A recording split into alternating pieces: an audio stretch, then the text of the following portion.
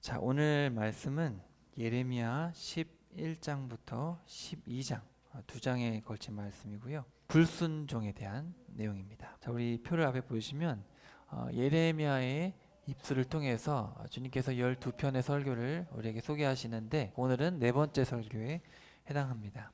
그래서 주제는 불순종이고요. 첫 네 설교는 이제 죄악을 지적하는 내용입니다. 너희들 배신했다. 너희들 교만하다. 너희들 위선, 거짓이 가득하다. 거기 너희들 듣질 않는다. 그래서 오늘 말씀에 보면 계속해서 듣지 않는다라는 말씀을 계속 하십니다. 그래서 오늘의 주제는 불순종입니다. 표에 나와 있지만 주님께서 불순종한 것에 대해서 지적하시면서 그렇기 때문에 너희들이 완전히 황폐해질 것이다. 이런 이야기들을 하게 됩니다. 특별히 이 선지자가 있는 고향 사람들, 선지자가 있다고 해서 가까이 있다고 해서 순종하느냐? 그렇지가 않아요. 예수님 자라신 곳이 나사렛인데 나사렛 사람들이 믿었느냐? 안 그랬거든요. 오히려 고향 사람들, 예수님께서 가장 가깝게 사역하셨던 가나, 가버나움, 이런 베세다 이런 데는 오히려 믿지 않았기 때문에 주님께서 어마어마한 저주를 선포하시지 않았습니까? 가까울수록 오히려 믿지 않는 거죠. 여러분, 이게 참 우리에게 와닿는 것이 뭐냐면 성도들은 잘 순종하는가? 성도들은 정말 교회를 다닌다는 사람들은 주님의 말씀, 정의와 공의를 행하라는 삶을 잘 살고 있는가?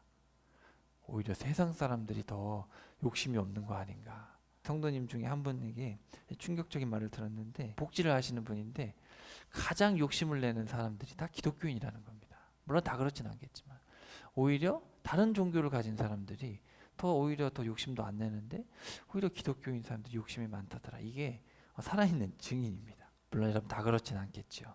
믿는 분 중에 정말 잘 믿는 분들이 물론 많겠지만 이 불순종에 대한 말씀을 보면서 나는 정말 주님께서 사랑하라 하셨는데 사랑하며 살고 있는가? 정말 순종하고 살고 있는가? 그 말씀을 함께 살펴보도록 하겠습니다. 11장 1절부터 함께 살펴보겠습니다. 자, 주께서 예언자 예레미야에게 하신 말씀이다. 자, 새로운 설교가 시작되죠. 너는 이 언약의 말을 듣고, 자, 원문에 보면 들어라, 이 명령어입니다. 너는 언약의 말을 들어라. 유다 백성과 예루살렘 주민에게 전해라. 너는 이스라엘의 하나님 나주가 이렇게 말씀하셨다고 그들에게 선포하라. 이 언약의 말씀에 순종하지 않는 자들은 모두 저주를 받을 것이다. 하나님과 계약을 맺은 이 유다 백성들 들어라. 그 언약에 순종하지 않으면, 이 언약이라는 게 뭐겠습니까? 레위기죠. 십계명은 요약본이죠. 시내산에서 맺은 전체 계약, 그 계약서 자체가 레위기잖아요.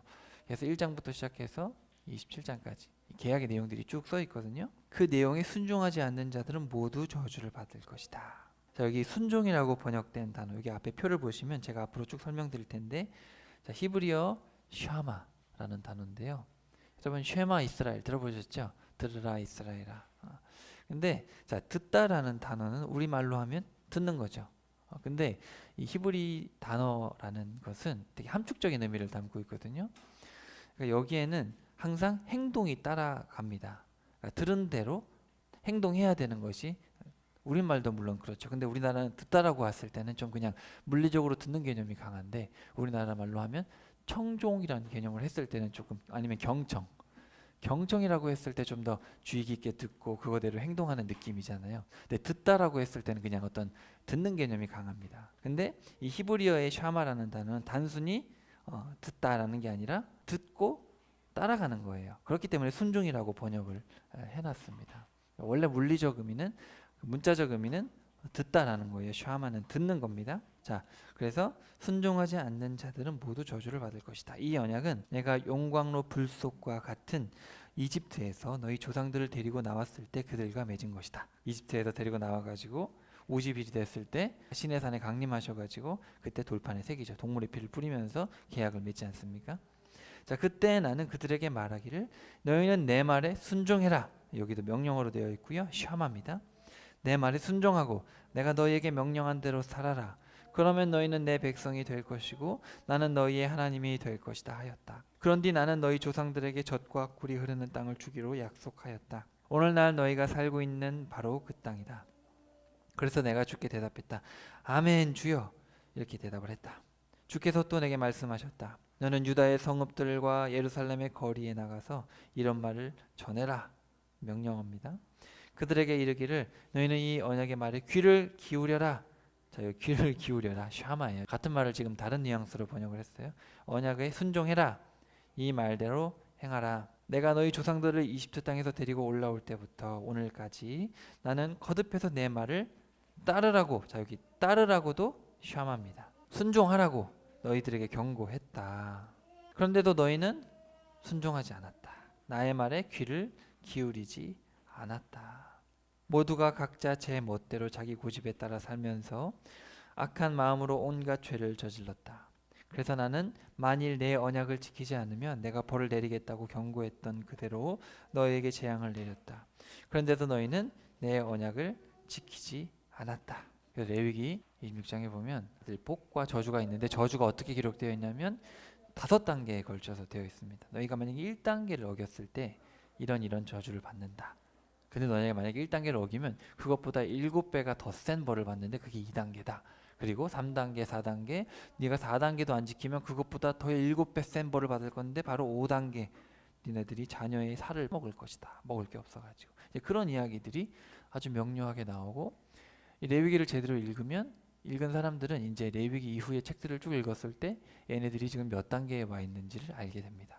그리고 예레미야 때 보면 자녀들의 살을 먹고 있어요. 그러니까 이제 그거는 5단계에 왔구나. 하나님은 절대로 아무 말도 안 하시고 벌 내리신 적이 없습니다. 다 미리 말씀하셨고 너네 몇 단계다 계속해서 얘기를 하시거든요. 결국 말씀대로 됩니다. 근데 그때도 말씀을 보지 않았고 지금도 말씀을 별로 보지 않죠. 지금도 성경은 잘 몰라도 열심히 믿으면 천국에 간다고 생각을 하는데 이스라엘 백성들도 자기들이 잘 믿고 있다고 생각을 했습니다. 그렇지만 잘 몰랐죠. 자, 9절 봅시다. 주께서 또 내게 말씀하셨다. 유다 백성과 예루살렘 주민들이 내게 반역하고 있다. 그들의 조상들이 내 말을 듣지 않고, 여기 샤마예요, 순종하지 않고 다른 이방 족속의 이상한 신들을 섬기더니 이제는 그 후손들도 자기들의 조상의 허물과 죄악을 그대로 반복하고 있다. 이처럼 이스라엘 집과 유다 집 모두 내가 그들의 조상들과 맺은 언약을 지키지 않았다. 그러므로 나 주가 말한다. 이제는 내가 그들이 피할 수 없고 빠져나갈 수 없는 큰 재앙을 내리겠다. 그때 그들이 내게 살려달라고 아우성을 쳐도 나는 응답하지 않을 것이다. 요 장면 있지 않습니까? 이렇게 살려달라고 해도 피할 수도 없고 아우성 쳐도 응답하지 않는다. 이게 계시록에 나와 있거든요. 그러니까 이런 것들은 다 여러분 예표입니다. 예표. 여러분이 예레미야를 읽을 때 뭐 2600년 전의 이야기가 나랑 무슨 이야기인가, 그냥 그런 일이 있었네. 여러분이 이제 그런 역사책으로 공부하면 그거는 여러분이 아직 성경을 읽지 못한 거고, 저는 그렇게 생각했을 때는 정말 하나님을 믿는 게 맞나라는 저는 의심이 듭니다. 이 내용은 정확하게 저와 여러분이 미래에 겪을 내용의 작은 예표죠. 그래서 나중에 예수님께서 재림하시기 전에 이제 인을 떼고 계시록에 보면, 그죠? 그리고 나팔을 불지 않습니까? 그때 보면 이제 이런 위정자들이나 악한 자들이, 또 하나님을 믿지 않았던 우상 숭배자들이 막 살려달라고 아우성 치거든요. 그래서 무서워가지고 막 바위에 숨어가지고 벌벌 떨고 막 그런 내용들이 다 나옵니다. 자, 그러면 유다의 모든 성읍 백성들과 예루살렘 주민들은 자기들이 분향하고 섬겨오던 이방 신들에게 달려가서 살려달라고 부르짖겠지만 아무 소용이 없을 것이다. 요 내용도 계시록에 정확하게 나와요. 그런 헛된 이방 신들은 아무리 재앙이 닥쳐도 그들을 조금도 돕지 못할 것이다. 유다야, 너는 네 성읍들의 수요만큼이나 많은 이방 신들을 가졌다. 그렇죠? 우리 이거 전에 나왔던 말씀이죠. 기억나시죠? 유다 성읍이 수백 개가 넘는데 이방 신들이 그렇게 많다라는 거예요. 예루살렘아, 너는 너의 길거리들의 수요만큼이나 많은 이방 제단을 쌓아놓고는 수치스러운 물건 곧 바알에게 분향을 하였다. 그러므로 예레미야야, 너는 이 백성을 위하여 내게 기도하지 말아라. 그들을 위하여 호소하지도 말고 또 기도하지 말란 말씀 또 하십니다. 간구하지도 말아라. 그들이 큰 재앙을 당하여도 아무리 내게 부르짖고 호소할지라도 나는 그들의 부르짖음을 듣지 않겠고 그들의 호소에 응답하지 않을 것이다. 어떤 자녀의 멸망 앞에서 자녀에 대해서 언급도 하지 마라, 이 정도로 부모가 얘기할 정도면 여러분 어떤 심정이겠습니까?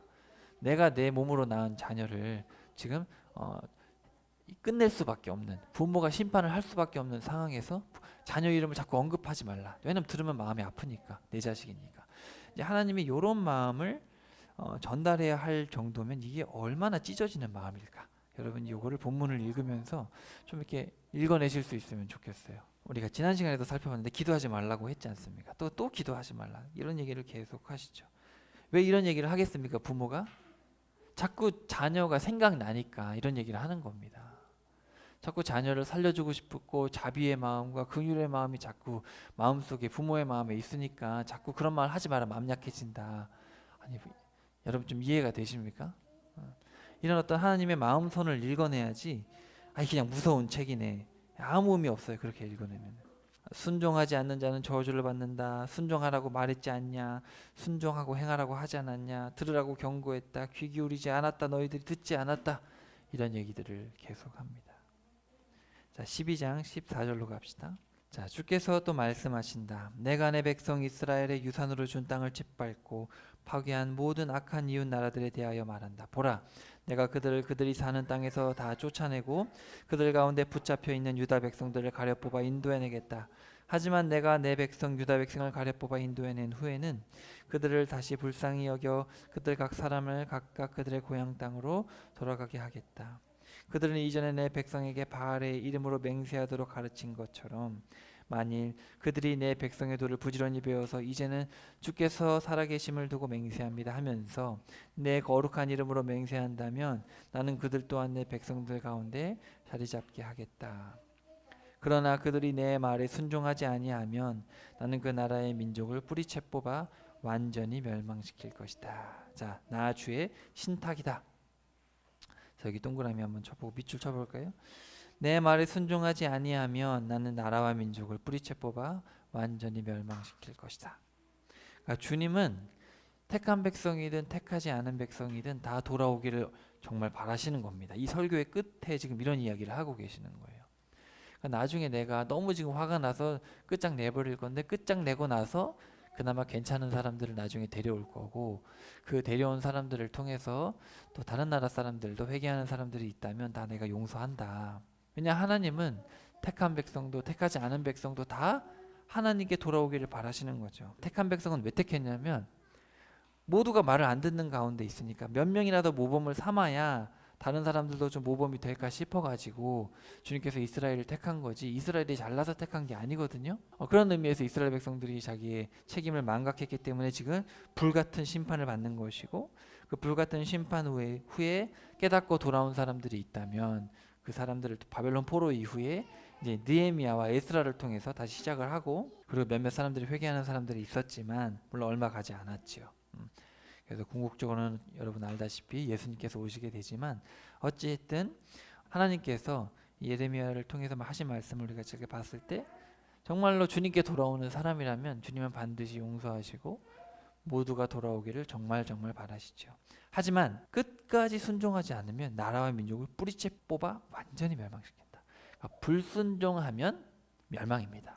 자, 우리 설교의 주제인데 밑줄 한번 치시고 다시 불순종하지 않으면 완전히 멸망한다.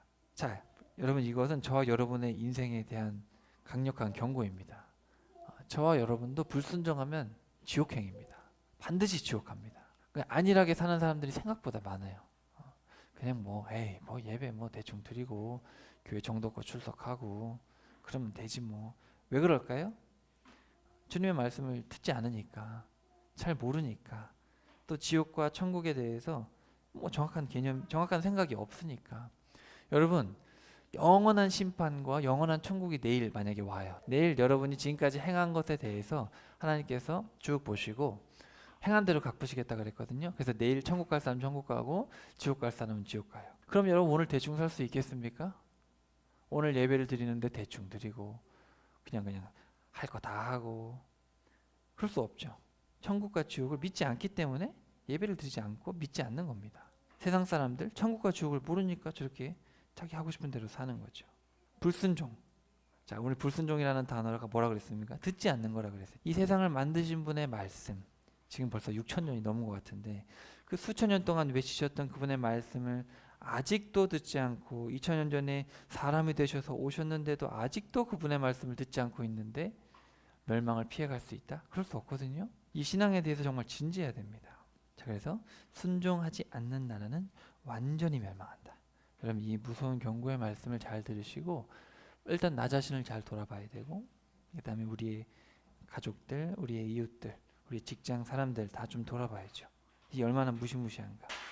하나님을 믿는 것은 종교가 아니죠. 이건 진리죠. 종교가 아닙니다. 자, 그래서 이제 이 황폐함에 대해서 이야기를 하십니다. 자, 11장 15절. 주께서 유다 백성을 책망하신다. 내가 사랑하는 백성. 자, 여기 밑줄 한번 쳐보시고, 자, 요 이야기를 이제 여기 앞에 표를 보시면 나와 있는데, 이 두 번째 부분에서는 내가 사랑하는 백성. 요거는 특별히 쓰는 단어예요. 특별히. 다른 데는 잘 안 나와요. 여기만 나오는데, 내가 사랑하는 백성이 악한 짓을 일삼더니. 자, 그러니까 얼마나 이 기도하지 말라고 할 만큼 내 자녀 아닙니까? 내 자녀. 내가 사랑하는 백성. 내 성전에 들어와 무슨 짓을 하고 있는 것이냐? 내가 희생 제물만 많이 바친다고 해도 닥쳐오는 재앙을 피할 수 있을 것 같으냐? 죄를 저지른 고도 구원의 기쁨을 누릴 수 있을 것 같으냐? 지금 무서운 말씀이지 않습니까, 여러분? 너희들 네 마음대로 살고 뭐 헌금 많이 바친다고 천국 갈 수 있을 것 같으냐? 내가 너에게 허락한 어마어마한 이 아름다운 천국을 너희들이 누릴 수 있을 것 같으냐? 유다야, 한때는 나 주도 너희를 잎이 무성하고 좋은 열매를 많이 맺는 올리브 나무라고 자랑스럽게 불렀다. 그러나 이제는 아무 쓸모없게 되었다. 그러므로 내가 천둥 같은 요란한 소리와 함께 내 잎을 전부 불살라버리고 내 가지를 모조리 부러뜨리겠다. 그렇다 너 유다야, 너를 심은 전능하신 만군의 주께서 내게 큰 재앙을 내려 너를 멸망시키기로 작정하셨다. 그것은 네가 주를 버리고 이방신 바알에게 분향함으로 유다 집과 이스라엘 집 모두 주 앞에서 악을 저질러 주의 분노를 크게 자극했기 때문이다. 자, 이 이야기를 지금 현대 교회로 바꾸면 이런 얘기입니다. 너희들이 돈 때문에, 너희들이 그 돈 하는 것 때문에, 그 사람들에게 잘 보이는 어떤 그런 가시적인 것 때문에 멸망을 부추겼다.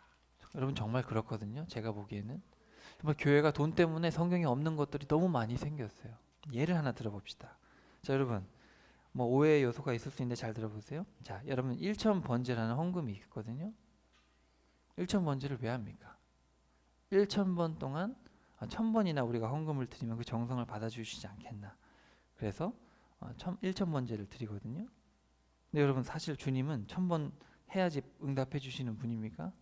그런 분이 아니잖아요. 거기다가 1000번제는 1000마리를 번제로 드리는 거지 1000번을 드리는 게 아니거든요. 성경 원문에도 보면 그렇게 써 있어요. 이제 물론 성경 해석의 문제도 있지만 사람이 욕심이 들어가니까 뭔가 하나님과의 거래를 하는 겁니다. 그래서 1000번 드리면 그래서 3년 내내 드리는 거죠. 3년 내내 이렇게 드리다 보면 하나님께서 뭔가 우리의 소원을 들어주시지 않을까. 제가 작은 예를 하나 들었지만 여러분 이게 지금 돈이라는 우상을 섬겨서 나타나는 교회 현상입니다.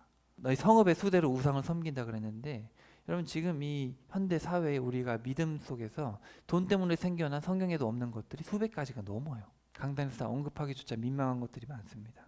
근데 우리가 성경에 대해서 대충 생각하고 이렇게 하면 하나님이 기뻐하시지 않을까?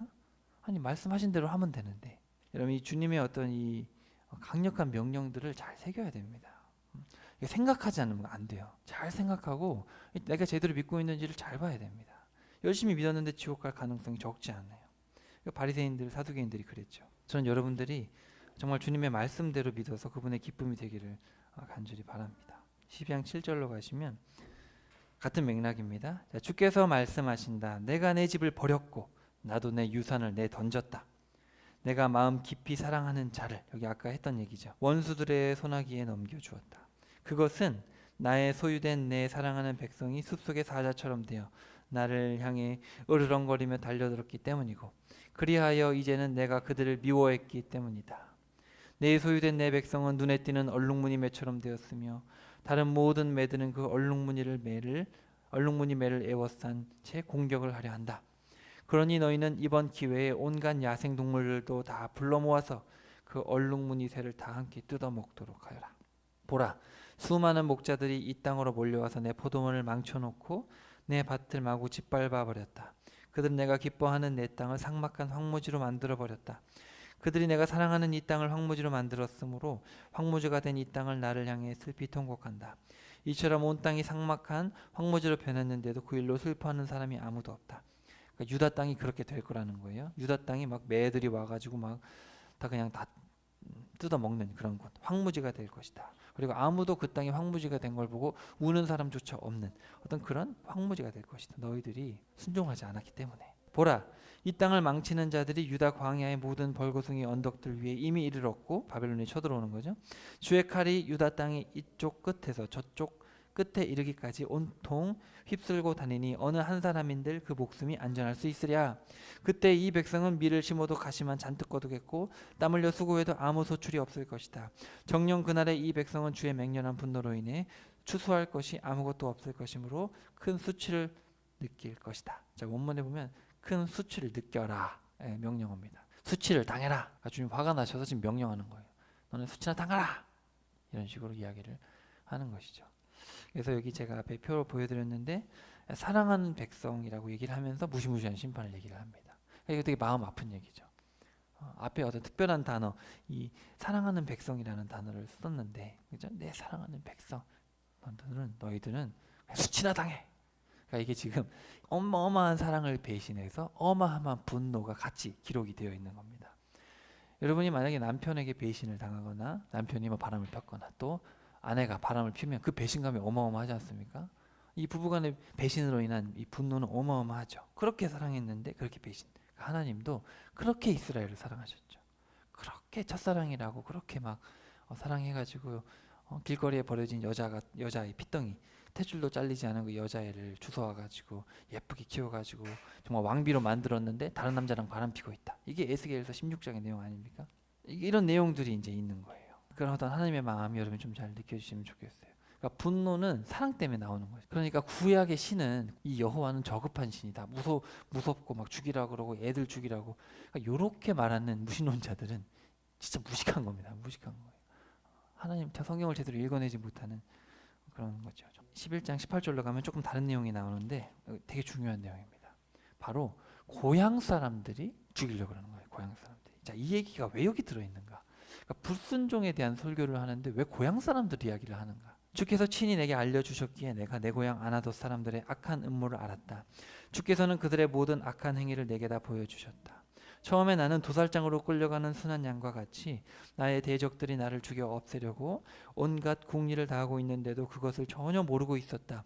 그들은 나를 두고 악한 음모를 꾀하기를 우리가 저 나무를 열매가 달린 채로 베어버리자. 저 사람을 세상에서 없애버려 그 이름을 더 이상 기억되지 못하도록 하자. 예레미야를 죽이려고 하였다.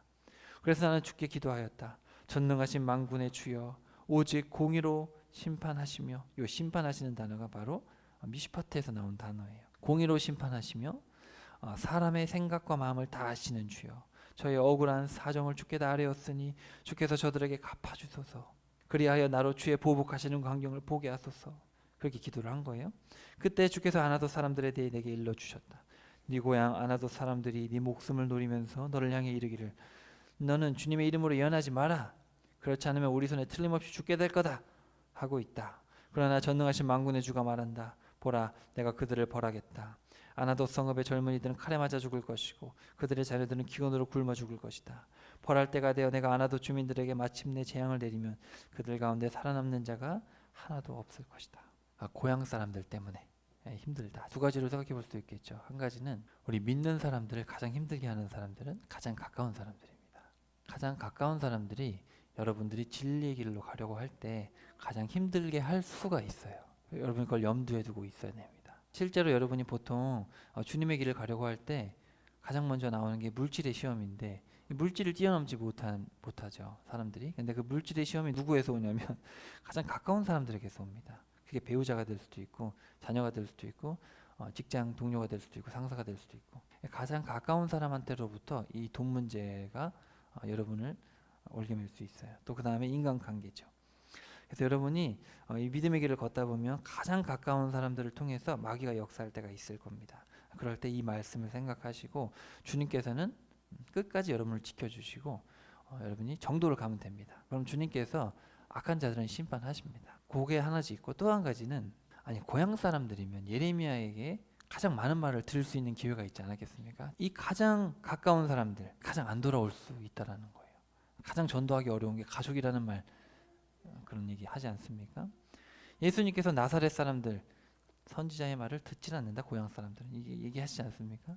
그러니까 나사렛 사람들도 그렇고 예수님께서 가장 많이 사역하셨던 가버나움이나 이런 데도 그렇고 듣지 않았단 말이죠. 그러니까 이거를 지금 말로 하면 우리의 가족들이 가장 전도하기 어려울 수 있어요. 진리가 들어가기 어려울 수 있고, 또 어떻게 보면 또 성도, 모태신앙 사람들이 정말 가장 진리로 데려오기 어려울 수도 있어요. 이미 고착화되어 있기 때문에. 오히려 생판 모르는 사람들이 오히려 복음을 믿고 열정적으로 사는 사람들 있을 수 있죠. 오히려 이 모태신앙들은 너무 어릴 때부터 그냥 익숙해져 가지고 정말 진리가 들어가지 않을 때가 있습니다. 그리고 마찬가지로 지금 이 교회, 과연 교회에만 구원이 있다고 사람들이 생각을 하죠. 물론 교회가 구원이 있죠. 근데 그 교회는 건물이 아니지 않습니까? 교회라는 것은 예수님을 믿는 어떤 그런 믿음의 공동체지, 건물이 아니기 때문에 내가 교회에 출석한다고, 물리적으로 출석한다고 해서 그게 신앙이 아니거든요. 그런 의미에서 이 고향 사람들의 이 불신앙에 대해서 우리가 여러 가지를 좀 생각하면서 우리 신앙을 좀 돌아볼 수 있어야겠습니다. 자, 같은 맥락입니다. 12장 5절. 네가 발로 뛰는 사람들과 경주를 해도 피곤하다면 어떻게 말과 경주를 할 수 있겠느냐? 네가 평탄한 땅에서도 걸려 넘어진다면 요단강가의 무성한 덤불 속에서 어찌하려느냐? 그렇다. 앞으로 닥쳐올 무시무시한 핍박에 비하면 고향 사람들의 박해 정도는 아무것도 아니다. 비록 네 형제와 네 가족들조차 너를 속이고 배반했더라도, 그들까지도 너를 죽이고자 목소리를 높이고 있더라도 너는 낙심하지 말고 용기를 내라. 그들이 네게 좋은 말을 하더라도 너는 그들의 말을 믿지 말아라. 지난주에도 친구들을 믿지 말라 그랬지 않습니까? 기억나시죠? 그래서 제가 막 담임 목사조차도 여러분이 신뢰하시면 안 됩니다. 그런 말씀 드렸었는데, 가장 가까운 사람들이 오히려 원수일 수 있어요. 그리고 여러분이 교회에 다니는 이유는 여러분의 생명, 여러분 개인의 생명이 천국에 가기 위해서입니다. 이해되시죠? 여러분 자녀 천국 보내고 내가 안 가면 안 되잖아요. 그러니까 말이 안 돼요. 그거는. 가장 중요한 건 여러분의 생명입니다. 나의 생명. 나의 생명이 천국에 가야 돼요. 그러기 위해서는 바르게 믿어야 되거든요. 그러니까 여러분이 절대로 어떤 거짓에 속아서는 안 됩니다. 하나님 내가 속았어요. 그럴 수 없어요. 심판 앞에서는 그럴 수 없어요. 그러니까 어쨌든 내 생명을 위해서 여러분이 정말 냉철하게 무장하고, 정말 진리로 무장하고, 열심히 정말 진리를 따라 살기 위해서 부단히 성경 보고 부단히 기도해야 됩니다. 노력해야 돼요. 행한 대로 갚아주시겠다 그랬거든요. 물론 우리가 은혜로 구원을 받죠. 그렇게 할 수 있는 것 자체가 은혜이기 때문에. 그럼에도 우리가 은혜로 구원받은 백성이라면 그 은혜에 합당한 열심을 여러분 내셔야 됩니다. 정말 간곡히 부탁드립니다. 세상이 너무 악해서 여러분에게 평안합니다라는 설교를 하기가 민망합니다. 이렇게 외쳐도 돌아올 사람이 별로 없을 텐데, 저는 여러분이 다 천국 갔으면 좋겠습니다. 저도 그렇고요. 자, 마지막입니다. 자, 바로 예레미야의 탄식이 12장 1절부터 4절까지 이 설교, 네 번째 설교의 핵심에 해당합니다. 주여, 제가 주님 앞에서 제 주장을 펼 때면 언제나 주님께서 오르셨습니다. 주님께서 언제나 오르셨다라는 표현, 이게 바로 공의와 관련된 단어예요. 체다카인데 여기는 차디크라는 단어인데 같은 비슷한 단어죠. 그래서 주께서는 항상 공의로우셨습니다. 그러니까 주님은 항상 제 마음에 공감을 해주셨습니다. 하지만 주님께 한 가지 여쭐 게 있는데 그건 정의입니다. 여기 공의라고 번역된 단어는 미시파트입니다. 제가 주님께서 공의로우신 거 알겠습니다. 주님께서 저의 마음에 공감해 주시고 공의를 요구하시는 거 알겠는데, 내가 지금 주님께 따질 게 있는데 정의입니다. 아니 왜 악한 자의 길은 형통하고 거역하는 자의 삶, 여기 거역이라는 단어는 바가드라는 단어인데, 북이스라엘은 등 돌렸고 남유다는 패역했다. 그 단어가 바로 바가드, 거역했다. 그러니까 등 돌린 정도가 아니라 하나님께 대드는 놈들, 하나님을 욕하고 저런 놈들을 왜 편안한 겁니까? 여러분 정말 이 질문이 나올 수밖에 없는 거거든요. 제가 아까 막 고향 사람들 얘기도 하고 가까운 사람들 얘기도 하고 여러 가지 얘기를 했는데, 여러분 그러면은 주님, 저는 정말 진리를 살기 위해서 지금 이 남들 다 놀고 있는 시간에 예배 시간 나와가지고 설교, 힘들 시간에 설교도 듣고 있고 헌금도 드리고, 난 정말 우리 가족들도 믿음도 별로 없고 내 자식들, 내 부모들 잘 믿지도 않고 힘들게 하는데, 나 정말 주님 뜻대로 살려고 하는데, 아니 그 사람들은 다 잘 되고 있는 거야, 이런 마음이 들지 않겠습니까? 그런 마음이 들거든요. 믿음대로 살려고 하는 사람들이 화려하냐? 그렇지 않아요, 여러분. 여러분 성경에 보면 믿음대로 사는 사람들 중에 삶이 평탄했던 사람이 없습니다. 욥, 다니엘, 노아, 누가 평탄했습니까? 거기 에스겔에 보면은 노아와 다니엘과 욥이 오더라도 자기 생명만 구하지 자기 자식들의 생명 못 구한다 그랬거든요. 노아와 욥과 다니엘 기억나십니까? 네. 노아 전 세계의 심판, 그렇죠? 다니엘 민족의 심판, 욥 개인의 심판, 이거거든요. 그런 심판 속에서 자기 생명만 구하는 겁니다. 근데 그 사람들의 삶이 편했습니까? 아니죠. 예레미야, 하나님께 크게 쓰임 받았던 예레미야, 결혼도 하지 말라 그래가지고 40년 동안 욕 바가지로 먹고. 근데 왜 지금은 목회를 잘하면 대형교회 목사가 되면 목회 성공, 이게 말이 됩니까?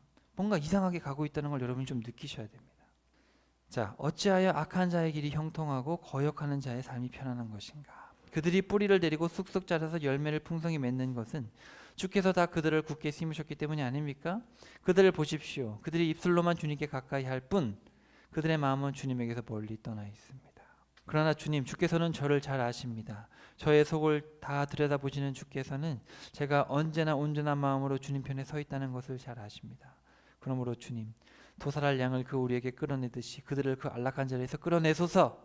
그리하여 그들을 따로 떼어 놓으신 후 도살장 한날을 준비하소서. 정해 놓으소서. 원문에 보면 준비하소서. 이건 주님 심판을 당하게 하소서. 주님 심판을 준비하소서. 그러니까 예레미야 입장에서는 좀 억울한 것도 있죠. 주님, 저는 주님 뜻대로 살려고 하는데 진짜 너무 힘듭니다. 저 거짓말하는 거짓 선지자들, 저 떵떵거리면서 하는 저 종교 지도자들, 저렇게 잘 살고 호의호식하고, 당시 사두개인들, 예수님 당시 바리새인들 얼마나 잘 살았습니까? 돈이 얼마나 많았어요. 높은 자리에서 시장만 가면 어이구 오셨습니까? 어리 바리새인님 오셨습니까? 지금도 어디 가면 어디 목사님, 어디 장로님, 권사님 오셨습니까? 이게 인사하죠. 막 그런 거 좋아하고, 인사받기 좋아하고. 2600년 전이나 2000년 전이나 지금이나 똑같단 말이죠. 입술로만 주님께 가까이 할 뿐 마음은 주님에게서 멀리 떠나 있다. 입술로는 주님 하지만 정말 우리가 예수님처럼 낮은 자리에 가가지고 재산 반을 팔아가지고 가난한 사람들을 돕고 그런가? 아니 그러면 왜 주님은 건물에 돌 위에 돌 하나 남지 않고 다 무너뜨리겠다. 제자들은 건물을 자랑했단 말이죠. 주님, 우리 성전이 얼마나 위대합니까? 야, 이 자식들아, 돌 위에 돌 하나 남지 않고 다 무너질 거다. 그런데 지금도 교회를 막 몇백억 들여서 교회를 짓지 않습니까? 이게 과연 우리가 바로 가고 있는 것인가? 도대체 이 땅이 언제까지 더 슬퍼해야 합니까? 언제까지 들녘의 모든 풀들이 말라 죽어야 합니까? 이 땅에 사는 사람들이 사악하여 온갖 짐승과 새들마저 사라져가고 있습니다. 이게 뭐냐면 우리 인간의 악함 때문에 하나님의 어떤 창조된 세계 자체가 다 무너져가고 있다는 겁니다.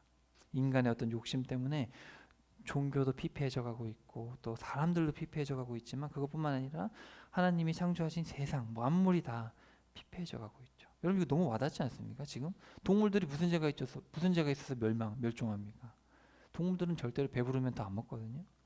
인간의 욕심 때문에 자연이 파괴되고 동물이 죽어가고 사람이 피폐해져 가고 다 욕심 때문이거든요. 교회도 욕심 때문에, 돈 욕심 때문에 이렇게 된 거 아닙니까? 그런데도 사람들은 깨닫지 못하고 스스로 말하기를 우리가 무슨 일을 하든 하나님은 우리를 보지 못한다. 정말 마음 아픈 얘기 아닙니까, 여러분? 성직자가 죄를 지을 때 주님께서 안 보시겠지. 정말 너무 가슴 아픈 얘기죠. 너무너무 마음 아픈 얘기들이 지금 여기 쓰여 있습니다. 여러분 이 12장 1절부터 4절의 말씀을 잘 묵상하시면서 어떤 하나님의 마음, 하나님이 정말 원하시는 것, 이 피조된 세계가 하나님의 어떤 그 섭리 아래에서 정말 정의와 공의가 행해짐으로 서로 동물과 사람과 식물과 이 모든 것이 어우러져서 아름답기를 정말 바라시고 참 보시기에 아름답더라 그러셨는데 지금 주님은 이런 심판을 하실 수밖에 없는, 도살장으로 끌고 가서 할 수밖에 없는, 이 피조된 이 창조된 세계를 주님께서 불로 심판할 수밖에 없는 그런 상황. 얼마나 주님 마음이 아프십니까, 그죠? 그러면서 사람들은 주님은 몰라. 정말 마음 아픈 얘기죠. 자, 그래서 오늘 네 번째 설교, 불순종하면 멸망한다라는 주제로 여러분하고 함께 살펴봤습니다. 자, 여러분 이제 또 세상에서 한 주간 사셔야 될 텐데 우리 세 가지를 함께 기억합시다. 첫째는 여러분 듣는 것이 정말 중요합니다.